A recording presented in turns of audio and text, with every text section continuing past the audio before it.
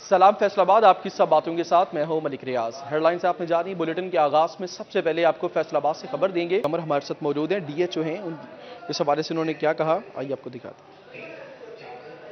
DHO doctor राय कमर हमारे साथ मौजूद हैं, उनसे बात करेंगे। डॉक्टर साहब, ये अशरफाबाद की ये डिस्पेंसरी है, डॉक्टर भी वहां पर मौजूद नहीं है, डिस्पेंसरी को ताले लगे हैं, अद्वियात मौजूद नहीं। ये अगर डॉक्टर्स ही वहां पर आपने मुहैया नहीं करनी, अद्वियात नहीं देनी, सहूलियात नहीं देनी, तो फायदा क्या है डिस्पेंसरी बनाने का? मुझे गिव मी ओनली 1 मिनट। आपका जी जवाब प्लीज। मैं सारा देता हूँ। हर किस्म की दवाई अवेलेबल है हमारी हर डिस्पेंसरी में। जी और ये जो 2000 जून इस साल में ये सारा एडमिनिस्ट्रेटिव कंट्रोल 14 जो डिस्ट्रिक्ट है पंजाब के, it has been given to the PHFMC। आप उसके जितना फाइनेंशियल बजट है, जो चीजें हैं, जो बिल्डिंग्स के इश्यूज हैं, they have to manage it. ये हमारे साथ, इसके साथ हमारा एडमिनिस्ट्रेटिव और फाइनेंशियल कंट्रोल उनके पास चला गया। जहाँ तक मेडिसिन की अवेलेबिलिटी का है, जितनी मेडिसिन हर डिस्पेंसरी में कोई कंप्लेंट नहीं मेडिसिन की अवेलेबिलिटी का। जहाँ तक बिल्डिंग की बात है, पिछले साल हमने जो हमारा जो ये बिल्डिंग डिपार्टमेंट है, वहाँ से हमने अपनी जो 8-10 डिस्पेंसरी है जिनकी बिल्डिंग पुरानी थी, खस्ता थी, उनके एस्टीमेट्स बना के दिए। But due to financial constraint वो जो बजट में अप्रूवल नहीं हुई उन पैसों की, वो हमारे एस्टीमेट्स बने जी। हुए हैं। 9 हमारे मेरे पास बताओ DHO 3 ये तैयार नहीं है ना, मुझे वो बजट मिलना है। ये अब आपने PHFMC ने फ्रॉम जून, जो जून गुजर गया उससे उन्होंने मैनेज करनी हर चीज। अच्छा, जरा ये डॉक्टर साहब, जिस तरह आपने कहा कि अद्वियात मौजूद हैं, आपने आखिरी टाइम कब विजिट किया? दूसरा मुझे ये बताएं कि डॉक्टर की तैनाती क्या आपकी जिम्मेदारी नहीं है, या आपकी ये जिम्मेदारी नहीं है कि आपके इल्म में होना चाहिए कि वहाँ पर डॉक्टर होना चाहिए? डॉक्टर वहाँ पे अवेलेबल हैं। कुछ जो हमारी 1-2 डिस्पेंसरी हैं जहाँ पे हमारी डॉक्टर, ज्यादातर हमारे यहाँ डिस्पेंसरीज में फीमेल डॉक्टर हैं। जो मैटरनिटी लीव पे 2-3 डॉक्टर्स हैं, उनकी जगह फिर हम इस तरह रिप्लेसमेंट करते हैं कि 3 दिन वो दूसरे सेंटर में मैनेज करती हैं, 3 दिन जो अशरफाबाद है। आज जो वहाँ पे डॉक्टर नबीला लियाकत है, she was on duty at Malakpur. अच्छा, तो आप ये कह रहे हैं कि अगर किसी कोई डॉक्टर मैटरनिटी लीव पर है तो उसकी जगह पर दूसरे डॉक्टर को आप वहाँ पर तैनात करते हैं, लेकिन 3 दिन के लिए। तो बाकी जो 3 दिन है, अब फिर वो वहाँ पर अवाम अद्वियात लेने ना आए, वहाँ पर चेकअप के लिए ना आए? एबिलिटी जरूरी है। एडवाइस तो डॉक्टर ने करना है, फिर वो 3 दिन उधर और 3 दिन उधर वो करते हैं जब कोई मैटरनिटी लीव पे चला जाएगा।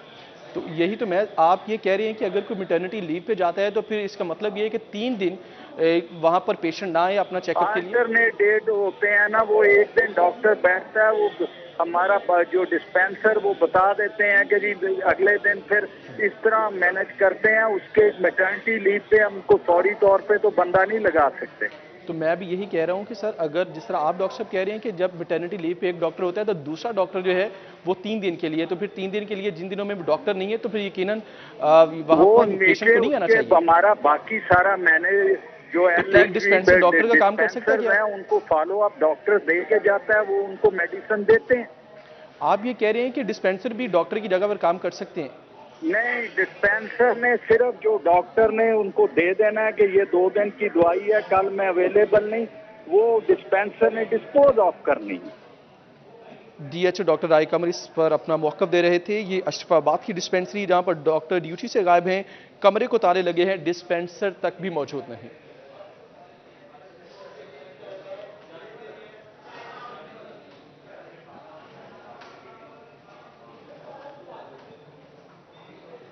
वासा फैसलाबाद से खबर यह है कि अब शहरियों की शिकायत का अजाला होगा जदीद टेक्नोलॉजी के जरिए। आपको बताएं कि वासा फैसलाबाद से अहम खबर है शहरियों के लिए। वासा के मसाइल हल होंगे अब ऑनलाइन। वासा ने अपने सार्फिन की शिकायत के अजाले के लिए जदीद इंफॉर्मेशन टेक्नोलॉजी को इस्तेमाल करने का प्लान तरतीब दे दिया, जिसके तहत वासा सार्फिन के लिए ऑनलाइन कंप्लेंट दर्ज करवाने की सहूलत मुतारिफ करवा दी गई। मोहम्मद रमज़ान मिर्ज़ा से बात करेंगे। जी रमज़ान, इससे क्या जो फैसलाबाद के शहरी हैं उनके मसाइल हल होने में मदद मिलेगी? बिल्कुल, वासा से मुतल्लिका मसाइल अब होंगे हल आपकी दहलीज़ पर। सिंपल आपने कंप्यूटर पे बैठना है और वासा की जो वेबसाइट है उसके ऊपर जाना है और वहाँ पर मौजूद जो रजिस्ट्रेशन कंप्लेंट है उसकी ऑप्शन पे जाकर अपनी शिकायत दर्ज करवानी है। इस हवाले से वासा की जानिब से तमाम तर काम मुकम्मल कर दिया गया है। अब आपको वासा के जो दफातर हैं उनका चक्कर भी नहीं लगाना पड़ेगा। हमारे साथ इस वक्त मौजूद हैं वासा के मुतल्लिका ऑफिसर, उनसे बात भी करते हैं। उनसे भी बताइएगा किस तरह जो है वो एक साइल, एक शहरी अपना वासा से मुतल्लिका मसला जो है वो घर बैठे कंप्यूटर के ऊपर दर्ज करवा सकता है। जी बिस्मिल्लाहिर्रहमानिर्रहीम। ये हमने हमारे पास online complaint management system already चल रहा था जो कि 24/7 फंक्शनल था। जैसा कि लोग हमारी हेल्पलाइन पे कॉल करते थे, कॉल करके कंप्लेंट रजिस्टर्ड करवाते थे, या उनके पास ये ऑप्शन होती थी कि वो किसी भी हमारे जो सब डिविजनल ऑफिस हैं जो कि पूरे फैसलाबाद में 24 ऑफिसेज हैं, वो उनका विज़िट करके वहाँ पे जाके अपनी कंप्लेंट रजिस्टर्ड करवाते थे। तो अब हमने क्या किया, लोगों को फैसिलिटेट करने के लिए हमने अपना एक वेब फॉर्म जो है कंप्लेंट का वो लॉन्च कर दिया, जो कि हमारी वेबसाइट से आपको मिल सकता है। लोग वहाँ पे जाके वेब फॉर्म पे जाएंगे, जाके अपना जो भी डिटेल होगी पर्सनल वो इन्फॉर्मेशन करेंगे, कंप्लेंट का एड्रेस पुटअप करेंगे वहाँ पे, और उसके साथ जो भी उनका मसला होगा उसकी डिटेल वहाँ पे दर्ज करेंगे। जैसे ही वो कंप्लेंट वहाँ पे सेव करते हैं, वो कंप्लेंट ऑटोमेटिकली हमारे पास जो हमारा सेंट्रलाइज कंप्लेंट मैनेजमेंट सिस्टम है वहाँ पे आ जाता है। जैसे ही सिस्टम में हमारे पास कंप्लेंट पहुँचती है, ये ऑटोमेटिकली जो मुतल्लिका फील्ड स्टाफ होंगे, सब इंजीनियर होंगे, एसटीओज होंगे, उनको कंप्लेंट असाइन हो जाती है। और ये हमारे पास कंप्लेंट जैसे ही वो वहाँ से कंप्लेंट को रिजॉल्व करते हैं, कंप्लेंट को अटेंड करते हैं, ये इसका स्टेटस ऑटोमेटिकली अपडेट हमारे पास ऑनलाइन कंप्लेंट मैनेजमेंट सिस्टम में हो जाता है। और लोग अपना जैसे ही वो कंप्लेंट जैसे रजिस्टर्ड करते हैं अपनी वेबसाइट के ऊपर, वहाँ से उनको यूनिक एक कंप्लेंट नंबर मिल जाता है। वो जब चाहें हमारी हेल्पलाइन 1334 पे कॉल करके उसके ऊपर अपनी कंप्लेंट का स्टेटस वो जान सकते हैं। बताइएगा कि कितना टाइम है एक कंप्लेंट को हल करने का, कोई ग्रेस टाइम रखा हुआ है?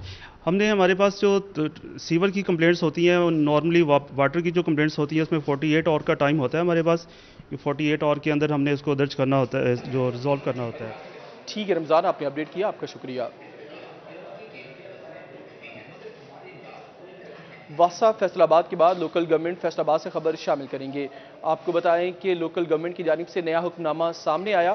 पुराना निकाह रजिस्ट्रार को ख़त्म कर दिया गया, नए कवानीन शामिल कर दिए गए, नई शराइत अब लागू होंगी। फैसलाबाद से आपको अपडेट करिए, लोकल गवर्नमेंट का नया हुक्मनामा सामने आया। पुराने निकाह रजिस्ट्रार को ख़त्म किया गया, नई शराइत लागू कर दी गई। कम अज़ कम तालीम FA उम्र की हद 35 साल मुकर्रर की गई। नए सिरे से फहरिस्तें मुरतब की जाएंगी। अब्दुर्रहमान से बात करेंगे। अब्दुर्रहमान, इस हुक्मनामे में मज़ीद क्या कहा गया?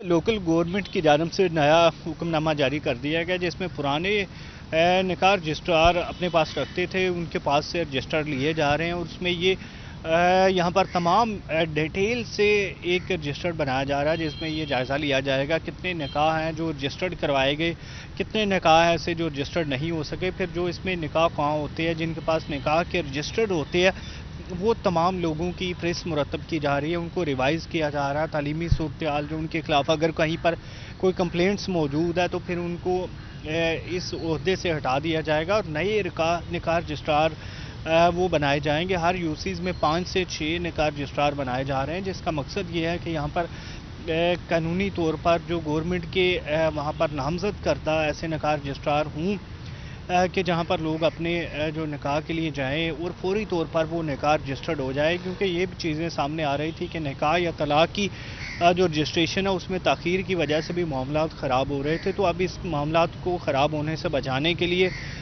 जो निकाह है उनको बर वक्त रजिस्टर्ड करवाने के लिए जो नए निकाह रजिस्ट्रार है वो भी शामिल किए जा रहे हैं, और जो पुराने मौजूद हैं उनकी बाबत भी तमाम जो तफ्तीश है वो भी की जा रही है, और अगर कहीं कोई शिकायत मौजूद हुई तो उनके खिलाफ कार्रवाई भी अमल में लाई जाएगी।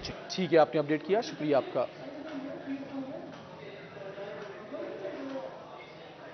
फैसलाबाद के एक्सपोर्टर्स की बात करेंगे जो हुकूमत से नाला है। बिजली के मामले के हवाले से आपको अपडेट करेंगे। फैसलाबाद के एक्सपोर्टर्स की जानिब से कहा गया कि बिजली की कीमतों में महज 2 माह के लिए सब्सिडी पर इस तरह कारोबार मज़ीद मुस्तहकम नहीं होगा। आए दिन उतार चढ़ाव के हवाले से एक्सपोर्टर्स की जानिब से कहा गया कि कारोबारी मामलात को गैर मुस्तहकम किया जा रहा है। हुकूमत इस सब्सिडी को 1 साल तक बढ़ाए। शहराज भट्ट से बात करेंगे। हुकूमत की जानिब से जो सब्सिडी दी गई है बिजली की कीमतों के हवाले से वो 7.5 सेंट की यूनिट तो की गई है, लेकिन सिर्फ 2 महीने के लिए, जो कि सनतकार और एक्सपोर्टर्स फैसलाबाद के जो कह रहे हैं उनके मुताबिक ये ऊँट के मुंह में जीरे के मुतरादिफ सब्सिडी है। ताहम इस सब्सिडी को कितना लंबा होना चाहिए और इससे किस हद तक सनतकार जो हैं वो मुस्तफीद हो सकेंगे सिर्फ 2 महीने की सब्सिडी से। इस पर गुफ्तगू करने के लिए मेरे साथ इस वक्त Pakistan horticulture manufacturers and exporter association के साबिक चेयरमैन मौजूद हैं काशिफ जहाँ, उनसे बात करते हैं। काशिफ भाई बताइएगा, गवर्नमेंट की आपका जो सबसे दरीना मुतालबा था वो बिजली का था, गवर्नमेंट ने माना लेकिन सिर्फ 2 महीने के लिए, क्या कहेंगे इस पर?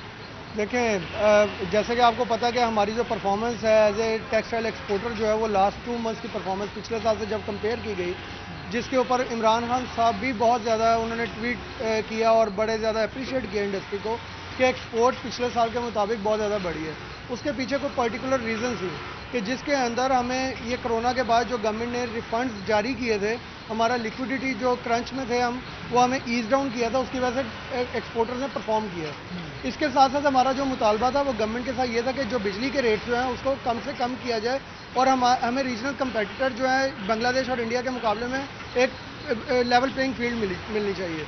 और अगर आप इंडिया और बांग्लादेश के रेट से कंपैरिजन करें तो पाकिस्तान की बिजली के रेट्स बहुत ज़्यादा हैं और जिसकी वजह से हमारी जो कॉस्ट ऑफ प्रोडक्शन जो है वो हाई हो रही है।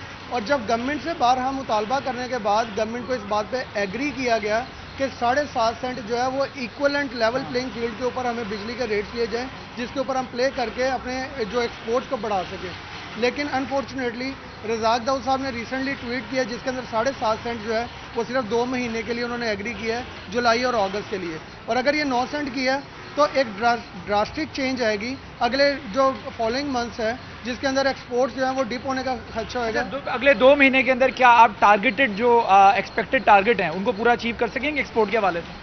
हम जो टारगेट है, हम तो ऑलरेडी जो हमारी होप्स हैं वो बहुत ज़्यादा, क्योंकि इस टाइम पे पाकिस्तान के ऊपर जो ऑर्डर्स का प्रेशर है वो एज़ कम्पेयर टू इंडिया और बांग्लादेश बहुत ज़्यादा है। लेकिन अगर बिजली के रेट्स ये ज़्यादा करेंगे ऑब्वियसली हमारी कॉस्ट ऑफ प्रोडक्शन ज़्यादा होगी और हमारे जो फ्यूचर वाले जो ऑर्डर्स हैं वो अल्टीमेट डिस्टर्ब होंगे। और जब वो डिस्टर्ब होंगे और हमारा जो रेवेन्यू है जिसके ऊपर इमरान खान साहब कह रहे हैं कि बहुत अच्छी परफॉर्मेंस गई है पिछले 2 महीनों में और पाकिस्तान के रिजर्व बढ़े हैं, वो डेफिनेटली नीचे वाली साइड पर आएंगे और एक अल्टीमेट। शुक्रिया शिराज भट्ट, आपने अपडेट किया।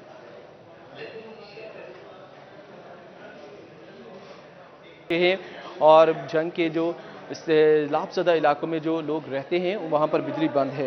सैलाबज़दा इलाकों में निज़ाम ज़िंदगी बहाल ना हो सका। सैलाबी पानी से मुतासर आबादियों में 7 रोज़ से बिजली बंद। 60 आबादियों में बिजली की सप्लाई ताहाल मुअत्तल है। तर्जुमान फेस्को के मुताबिक 3000 से ज़्यादा फेस्को सार्फिन बिजली से महरूम। महकमे फेस्को ने सर्वे मुकम्मल कर लिया। मुबशिर से नकवी से बात करेंगे। जी मुबशिर, क्या सूरत-ए-हाल आप देख रहे हैं?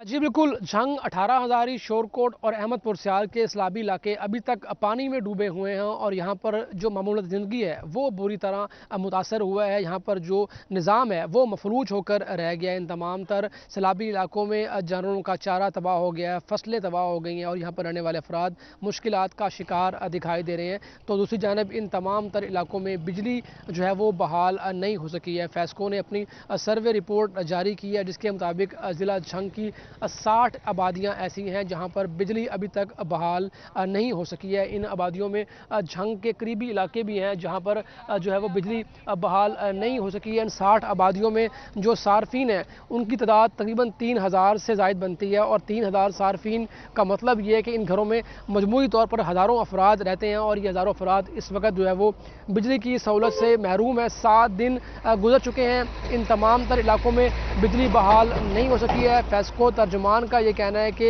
इन 60 आबादियों में सैलाबी पानी अभी तक मौजूद है। पानी की सतह जब तक कम नहीं होती बिजली को किसी भी तौर पर बहाल नहीं किया जा सकता है। जबकि दूसरी जानब त्रिमू हेड वर्क्स इंतजामिया के मुताबिक त्रिमू के मुकाम पर पानी की सतह में कमी वाक़या हो रही है, जिस पर जो सैलाबी इलाकों में रहने वाले अफराद हैं उनका ये कहना है कि त्रिमू हेड वर्क्स के मुकाम पर अगर पानी की निकासी का अमल मज़ीद तेज़ किया जाए तो इनके देहातों से पानी भी निकल सकता है। ठीक है मुबशिर हसन, आपने अपडेट किया, आपका शुक्रिया। अब भवाना का रुख करेंगे। भवाना से फ़खर दीवान हमारे साथ मौजूद है। फ़खर, आप अपडेट कीजिए। जी बिल्कुल, भवाना के मकाम पर दरिया चनाब से गुजरने वाला सैलाबी रेला अपनी तबाहकारियां छोड़ गया है। सैलाब की वजह से सैकड़ों एकड़ पर खड़ी फसलें तबाह हो चुकी हैं, जबकि पानी में घिर जाने की वजह से कच्चे पक्के तमाम रास्ते जो शदीद मुतासर हुए हैं, जिसकी वजह से इलाका के लोग शदीद परेशानी का शिकार है। मेरे साथ इस वक्त मौजूद है यहाँ पर इलाका मकीन, मजीद इनसे बात करते हैं कि सैलाब की वजह से उनके क्या और कितने नुकसान हुए। जनाब जी असं ठेका ला रहे हैं 45-50 हज़ार, तो वो खर्चे भी खराब हो गए, वो वाई भी खराब हो गई, मकई खराब हो गई, जेड़ा पट्ठा बाड़ा वो जी खराब हो गया। ਤੇ ਸਬਜ਼ੀਆਂ ਸਾਡੀਆਂ ਜਿਹੜੀਆਂ ਉਹ ਸਾਰੀਆਂ ਖਰਾਬ ਹੋ ਗਈਆਂ। ਮਾਲ ਹੁਣ ਸਾਡੇ ਤੰਗ ਹੈ, ਬਿਮਾਰੀ ਫਾਦ ਰਹੇ ਇਸ ਪਾਣੀ ਬਹੁਤ ਕੋਈ जनाब जी थोड़ी मेहरबानी होना चाहिए। जी बिल्कुल, इनका ये कहना है कि सैलाबी पानी की वजह से उनकी चावल की फसल, मक्की और चारे की फसलें जो हैं तबाह हो चुकी हैं, जबकि सब्जियां भी जिन पर उन्होंने काफ़ी खर्च किया वो भी तबाह हो चुकी हैं, जिसकी वजह से उनका काफ़ी नुकसान हो चुका है। उनके जानवर जो हैं वो भूखे मर रहे हैं, बीमार हो रहे हैं। यहाँ के इलाका के जो लोग हैं उन्होंने वज़ीर आला पंजाब से मुतालबा, अहले इलाका ने वज़ीर आला पंजाब से अपील की। आपने अपडेट किया, आपका शुक्रिया। आगे बढ़ेंगे और अब बात करेंगे। आपको बताया कि डकैती के मुकदमे में मुलविस मुलजिम के रिकॉर्ड बर वक्त अदालत में पेश ना करने का मामला आला हुकाम ने तफ्तीश शुरू कर दी। साबिक SHO सांदलबार मोहम्मद इश्तियाक और तफ्तीशी ऑफिसर मोहम्मद अली पर थाना सांदलबार में ही मुकदमा दर्ज कर लिया गया। रिकॉर्ड बर वक्त पेश क्यों ना किया गया, आला अफसरान ने तहकीकात शुरू कर दी। फरजाना सदीक से बात करेंगे। जी फरजाना, ये क्या मामला है सारा? जी बिल्कुल, डकैती के मुकदमे में मुलव्वस मुलजिम का रिकॉर्ड अदालत में पेश ना करने पर साबिक SHO सांदलबार मोहम्मद इश्तियाक और उसके तफ्तीशी अफसर मोहम्मद अली पर मुकदमा दर्ज कर लिया गया है। ये मुकदमा थाना सांदलबार में सब इंस्पेक्टर मोहम्मद फारूक की मुद्दत में दर्ज किया गया, जिसमें यह मौक़िफ़ इख्तियार किया गया है कि डकैती के मुकदमे में मुलजिम मोहम्मद खालिद अबूरी जमानत पर था और उसका रिकॉर्ड अदालत में पेश करना था, लेकिन SHO ने भी गफलत का मुजाहरा किया, जबकि उसके तफ्तीशी अफसर मोहम्मद अली ना खुद अदालत में पेश हुआ और उसकी जानिब से भी किसी भी तरह का रिकॉर्ड अदालत में पेश नहीं किया गया, जिससे मुलजिम को फ़ायदा पहुंचा था। हम इस पर 155C की दफात लगाते हुए दोनों पुलिस एहलकारों के खिलाफ मुकदमा दर्ज कर लिया गया है। दूसरी जानिब इससे कबल भी पुलिस महकमे में पुलिस ऑफिसर्स और पुलिस एहलकारों की इस तरह की गफलत और कोताही सामने आती है। मुकदमा तो दर्ज कर लिए जाते हैं, लेकिन बाकायदा कोई भी इस तरह की लाहा अमल नहीं अपनाया जाता, कोई भी हिकमत अमली नहीं अपनाई जाती कि पुलिस एहलकारों और अफसरों को इस तरह की संजीदगी के तौर पर जो गफलत है इससे रोका जा सके। जी फरजाना सदीक, आपने अपडेट किया, आपका शुक्रिया। डकैती के मुकदमे में मुलविस मुलजिम का रिकॉर्ड अदालत में बर वक्त पेश ना करने का यह मामला है।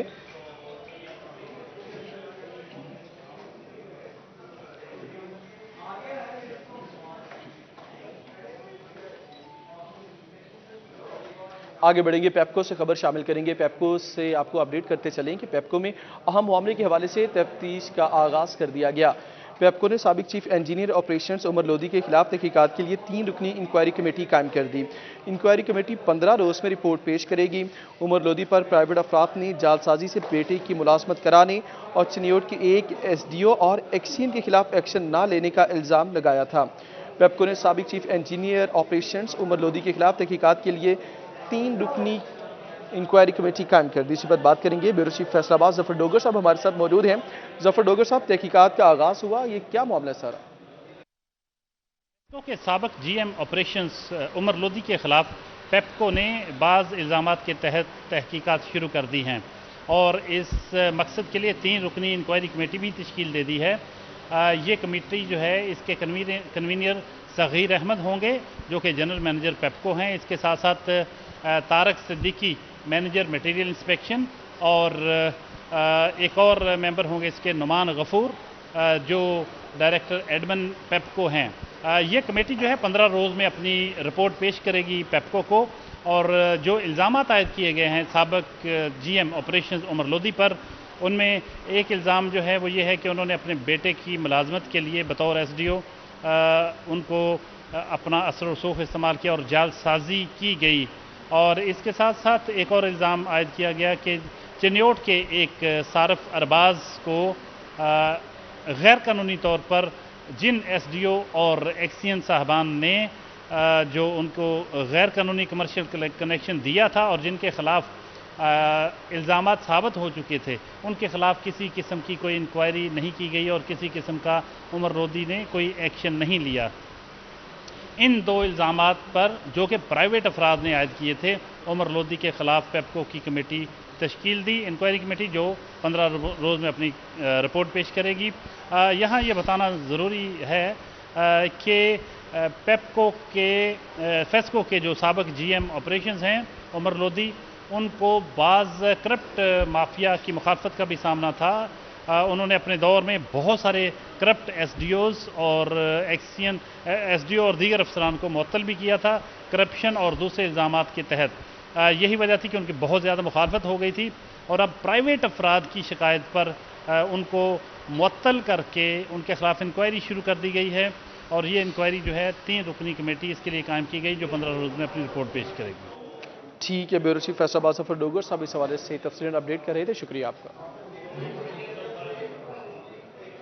Break.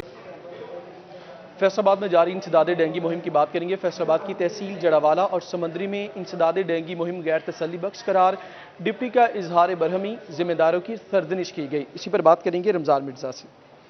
District emergency response committee का इजलास डिप्टी कमिश्नर फैसलाबाद मोहम्मद अली की सदारत में मुनक्कद हुआ, जिसमें फैसलाबाद की 6 तहसीलों की मजमूई तौर पर कारकर्दगी के ऊपर ब्रीफिंग की। बताया गया कि फैसलाबाद सिटी और सदर में न सिर्फ इंडोर और आउटडोर सर्विलेंस जारी है बल्कि इसके साथ साथ जो दीगर 4 तहसीलें हैं वहां पर भी काम जारी है, लेकिन समुद्री और जड़ावाला की कारकर्दगी एक बार फिर नाकिस पाई गई। डिप्टी कमिश्नर ने न सिर्फ इजहार बरहम नहीं किया बल्कि इसके साथ साथ उनका कहना था कि इस बात को यकीनी बनाया जाए कि घरों के अंदर भी सर्विलेंस की जाए। ऐसे तमाम फैक्ट्री और ऐसे तमाम यूनिट, स्कूल्स और निजी इदारे जहां पर कई अरसे से जो है वो वहां पर सर्विलेंस नहीं की गई और अगर वहां पर एक्टिविटी नहीं हो रही तो उसको भी देखा जाए। उन्होंने शहरियों से भी इस सवाल से अपील की है कि घरों के अंदर भी खुसूसी ख्याल रखें, साफ पानी कहीं पे भी रुकने ना दिया जाए और इसके साथ साथ जो फ्रिजेस हैं, एयर कंडीशनर्स हैं, उनके जो पानी का अखराज है उसको भी देखा जाए और एयर कूलर्स का भी खुसूसी पर ख्याल रखा जाए।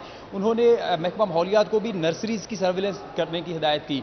इसके साथ साथ जो मुख्तलिफ जगहों पर कब्रिस्तानों और दीगर जगहों की इंतजामिया है उन्होंने वहां पर भी सफाई का इंतजाम करने की जो है वो हिदायत की है। उनका कहना था कि इसको तमाम इदारे और अवामी ताउन से ही। ठीक है, आपने अपडेट किया, आपका शुक्रिया। अयूब रिसर्च इंस्टीट्यूट की अहम काविश, आपको बताएं कि अब अदरक के काश्त के हवाले से ज़्यादा ज़र मुबादला खर्च करना नहीं पड़ेगा। मज़ीद तफसीलात इस रिपोर्ट में देखिए। की अहम काविश, अब अदरक खरीदने पर ज़र मुबादला खर्च करना पड़ेगा। रिसर्च ऑफिसर आमर लतीफ़ का कहना है कि फैसलाबाद में बड़ा मसला दर्जा हरारत का है। गर्मियों में 40 से ज़ायद दर्जा हरारत में अदरक का पौधा सूख जाता है। अब शेड बनाकर दर्जा हरारत में कमी लाई जा सकेगी। सर्दियों में ये शेड सर्द मौसम से बचाएंगे। 32 सेंटीग्रेड से टेम्परेचर हाई ना जाए और सॉइल की पीएच 5.7 से लेके 6.5 तक इसके लिए आइडियल है। 6.5 से जैसे ही पीएच क्रॉस होना शुरू हो जाती है 7 तक नो इशू, लेकिन जैसे ही पीएच 8 को टच करती है इसकी ग्रोथ रुक जाती है। दूसरा तरीका ड्रिप एरीगेशन टेक्नोलॉजी का मुतारिफ करवाया जा रहा है। मुसलसल कतरा कतरा पानी से भी दर्जा हरारत बरकरार रखने में मदद मिलती है। पहले हम इसको सेमी कंट्रोल कंडीशन में जहां आप खड़े हैं ये देख रहे हैं कि इसमें हम हल्का सा इसको शेड देते हैं और इसके पानी का ख्याल रखते हैं थ्रू ड्रिप इरीगेशन सिस्टम, और इसको जो फर्टिलाइज़र देते हैं या इसको जो इसका सॉइल का एनवायरनमेंट है उसको थोड़ा एसिडिक बनाने की कोशिश करते हैं। अब मुकामी किसान सारा साल अदरक का पौधा अपने खेतों में काश्त कर सकेगा। थोड़ी सी एहतियाती तदाबीर इख्तियार करने से मुकामी मंडी की ज़रूरियात पूरी की जा सकती हैं। कैमरामैन मोहम्मद वकास के साथ अब्दुर्रहमान, फैसलाबाद। यूनिवर्सिटी फैसलाबाद के प्रोफेसर डॉक्टर आसिफ तनवीर ने प्रो वाइस चांसलर के ओहदे का चार्ज संभाल लिया। आपको फैसलाबाद से अपडेट कर रहे हैं। ज़रिए यूनिवर्सिटी फैसलाबाद के प्रोफेसर डॉक्टर आसिफ तनवीर ने प्रो वाइस चांसलर के ओहदे का चार्ज संभाल लिया। डॉक्टर आसिफ तनवीर को 3 साल के लिए प्रो वाइस चांसलर ज़रिए यूनिवर्सिटी तैनात किया गया। Doctor Asif Tanveer director academics और चेयरमैन एग्रोनॉमी की जिम्मेदारी से अंजाम दे रहे हैं।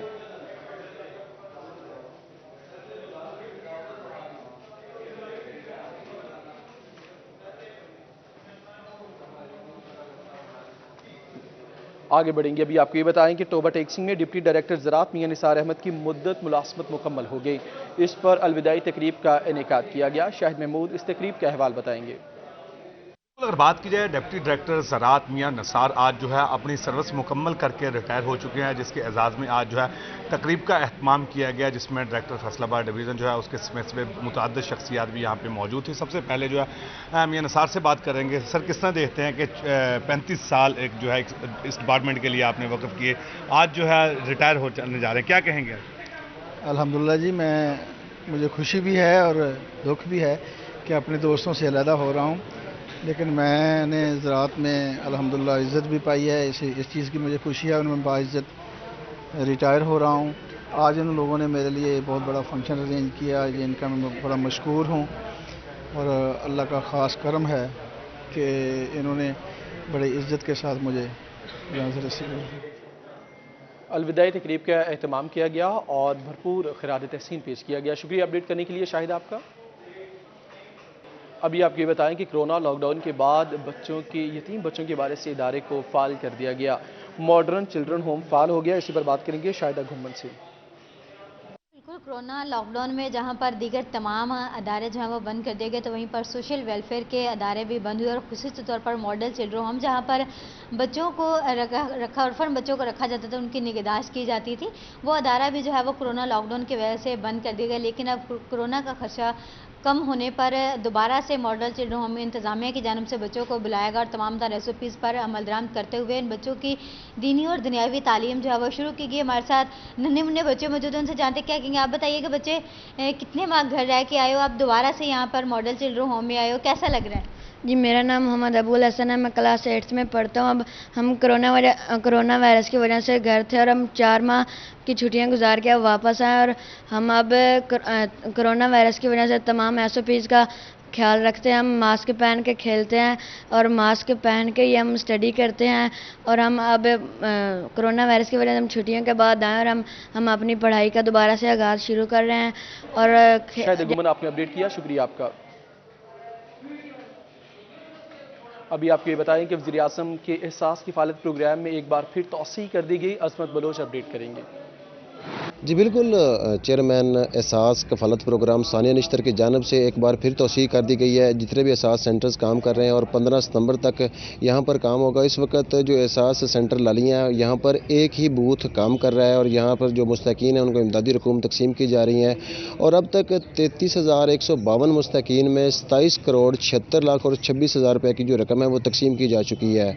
और इस वक्त भी जो अमला है वो यहाँ पर मौजूद है। सिक्योरिटी के भी इंतजाम मुकम्मल हैं और तमाम तर जितने भी मुस्तकीन आने वाले हैं गो उनकी तादाद अब खासी कम हो चुकी है और आज भी सिर्फ और सिर्फ अभी तक 14 जो मुस्तकीन हैं उन्होंने एहसास सेंटर का जो है वो विज़िट किया है और बार बार महकमा की तरफ से, इदारा की तरफ से अपील की जा रही है कि जितने भी लोग रहते हैं वो।